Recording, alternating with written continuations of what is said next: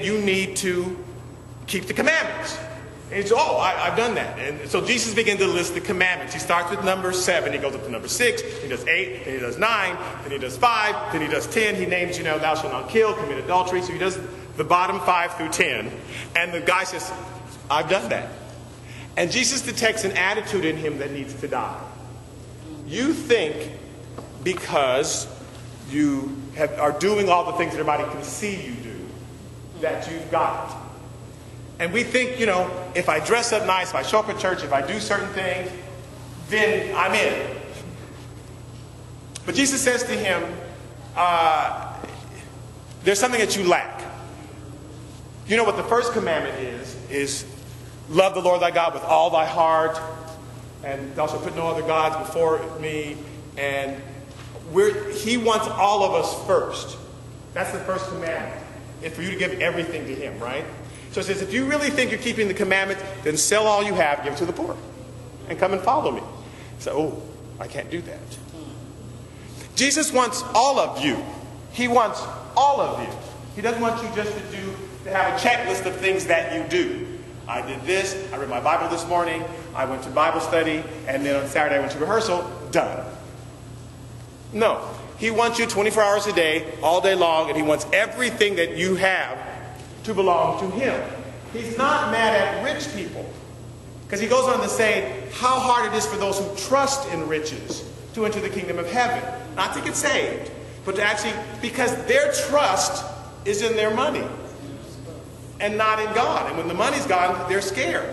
All of us are like that. Our trust is in our car. Well, my car's not working. We get so depressed. Jesus is still working. My job is gone. Jesus is still there. Why do we get so frustrated and so upset? Because that's what our trust is in. Our trust is in I got upset. I called my friend. She wasn't there. I don't know what I'm going to do. Talk to Jesus. Who are you putting first? What things do you put first in your life that if God asked you to give them up? I want you to give up that job. I want you to give up that person. I want you to give up this or that. That would be hard for you to do because that's what your trust is in. An attitude adjustment. He says, this has got to die in him. So he said that to him, and the guy just went away like, oh, God's just planting a seed. How come it's so hard for you to let go of that? If you let go of that, don't you know that I got you? Didn't know that. We don't know that sometimes, and so we get scared.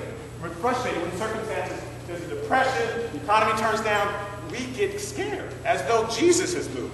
He hasn't gone anywhere, he's not living somewhere else, he's not on vacation. But we get nervous because what are we trusting? So then the disciples start to brag and say, oh, well, we've given up everything and followed you. And he compliments them and says, yes, you have. And you'll be rewarded for that. You'll be sitting on the 12 thrones come Judgment Day and help me judge the 12 tribes of Israel.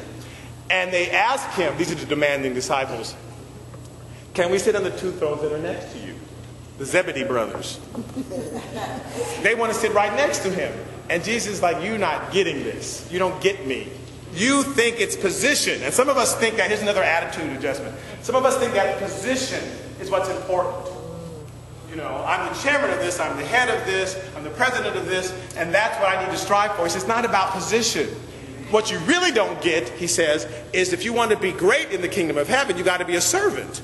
He's so impressed by those who serve.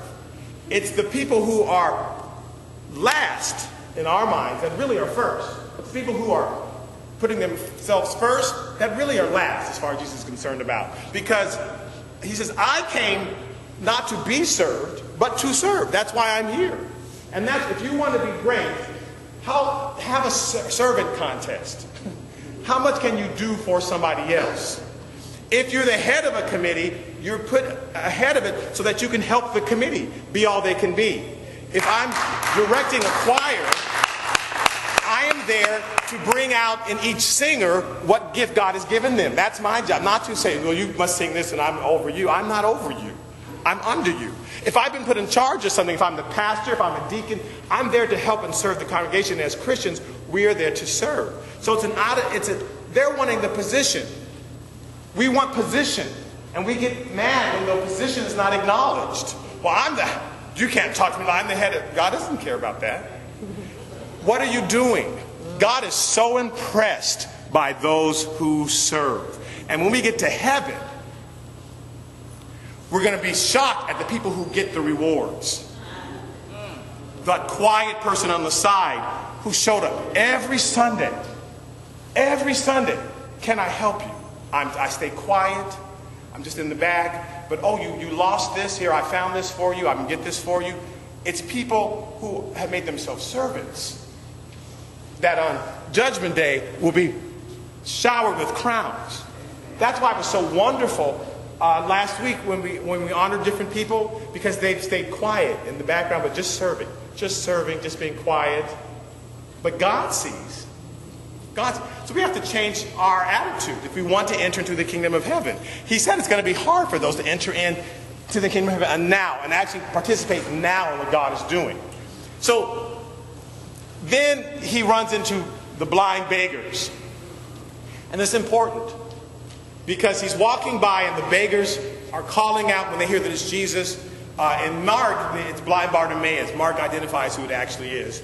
But in Matthew, talks about two of them. And they call out and they say, Son of David, have mercy, have mercy. And the people actually say, shh, be quiet. Don't call out. Isn't that amazing? And we want to look at them like, how could you do that? But the thing is, they had a program. They knew what was next on the program. Jesus was on his way to Jericho, on his way to Jerusalem. He's about to be crowned, and they think. And he's about, so stopping to help someone who's poor, who's needy, wasn't on the program.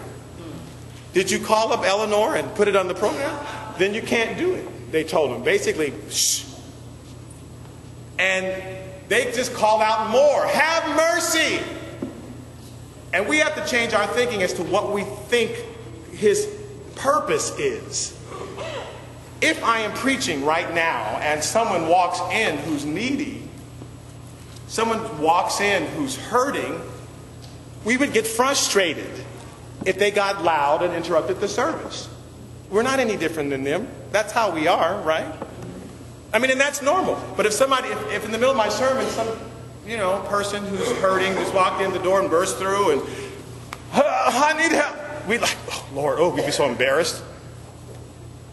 We'd be embarrassed. But what is Jesus' purpose? I mean, why are we here? He wants to help those who are suffering. He wants to help those who are in pain. He wants to help those. That's who he wants to help. That's his mission. So even though we're all dressed nice and looking, that's not what this service is for. So Jesus says, call them to me. Jesus did not go over to them. Jesus says, call them to me. So they say, oh, turns out he wants to hear from you. And they throw down their garments and he called. Now, why didn't Jesus go to them? They had been sitting on that side of the road, begging for years. That's their mess. That's what they're used to. And sometimes Jesus forces us to come out of our mess and come to him. We've got to come away from it because we're so used and so comfortable, right? Like this boy preached last week about the man at the pool of Bethesda. He'd been there for 38 years. Sometimes you can get so used to being in a certain place. He makes us come out of that. No, you come here. You come here. And I need you to say specifically, he says, what do you want? Now, Jesus knows they're blind, but he says, what do you want? Because he makes them be specific, because it's asking for mercy. What do you believe I can do for you? You just want mercy. You just want money? You want a hug? What do you really believe I can do? And he makes them say, I want to receive my sight. Because he needed them to believe that they could receive their sight. Not just mercy. Because when it says that according to what you believe, so be done unto you, when you pray whatever you believe, that's what you will receive. A lot of times, that's what Jesus requires of us. If all you think God can do for you is to give you a hug, then that's all you're going to believe for, and that's all you'll receive. If you can believe that he actually will restore your sight, do you believe he'll restore that marriage? Do you believe he'll bring back that wayward child? Is that what you believe? Because if you believe that, when you pray, that's what you ask for. But if all you believe is that, well, that my child's out there somewhere and I just touch him. That's all you believe, that all this in the night he'll just go, ooh, and get a touch. And that's okay. Touch is not bad. But if that's all you believe, then that's all your faith is asking for. So he wanted to know, what do you want? Because you've just been asking for mercy. He's got to adjust their thinking. I want my sight. And he touched them. Jesus touched them and had compassion and says, your faith, because you actually believed. The people walking by didn't believe. They saw this blind person. They didn't think Jesus had compassion. But you believed that I would show mercy and specifically restore your sight. And so because of your faith has made you whole. Change their attitudes. Try to change some attitudes of those in the crowd. Then he stands outside and there's this colt. So he's outside of Jerusalem. He's actually on the Mount of Olives in Bethany. And he says, there's a colt in the city that no one has ever ridden on. In Mark, he adds that part where he says no one's ever ridden on. Matthew just says there's a colt in the city and a donkey. I want you to bring it to me. And the reason I quote Mark and Matthew is because a lot of times we can all witness the same thing but see different things. Like you see someone preaching, and when you tell the story about it, you'll say, oh, that sermon was really good and the woman in the front row was really moved. Or you'll say, someone else might say, oh, the sermon was really good, but the kids just kept going in and out during the whole sermon and that really bothered them. Which is true. That happened. Or somebody else says, oh, the sermon's really good, and then the preacher, the Spirit just fell on the preacher, but he got lost, which is probably true too. So we all saw the same thing, but we all noticed something different, right? So I'm quoting from Mark and Matthew because they all noticed a couple different things. So Mark actually noticed that he says, this colt had been ridden on. He says, but when you go to the city, they're going to stop you and say, why are you taking that colt? Just tell them the master has need of it. Sure enough, when the disciples go to get the colt, in Mark it says, yeah, they stopped him. No one's ever ridden on that colt. You can't use that colt. And we do that. We have the attitude, we think we know who Jesus is going to use and who he's not. Well, that person's never been used before.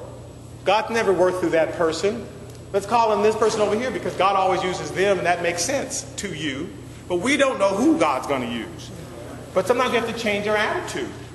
We don't know who God wants to speak through. I'm down here because sometimes during the service, sometimes we think God's only up in the pulpit. God's down here. God might speak through any one of you or touch any one of you or need to use any one of you. The Holy Spirit's not picky or specific. You know, it doesn't have to be that. So you need to know that God may want to use you at any time during a service, at any time in your home. I hope that in your homes, when your children are sick, that you go and lay hands and pray for them. That you don't just call up the pastor. Nothing wrong with calling up the pastor. Nothing wrong with that. But you need to do it because God told you, we'll call the pastor. You can't do it because you think God only uses the pastor. Because God can use you.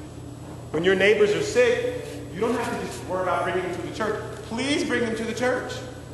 But there are times when Sunday's 5 days away. And God may need you to touch someone and pray for someone right then. And not wait till Sunday. You don't have to wait till Sunday to lead someone to the Lord, right? So they bring the colt. Jesus rides in on the colt, and we're almost at the temple. He comes into Jerusalem, and everybody is saying, Hosanna! Blessed is he who comes in the name of the Lord.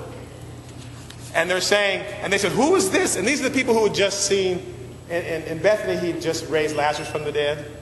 So the people are following him because, ooh, he's about to do something big. You watch him. And they said, who is he? He's the prophet from Nazareth. They still don't understand that he's the Messiah.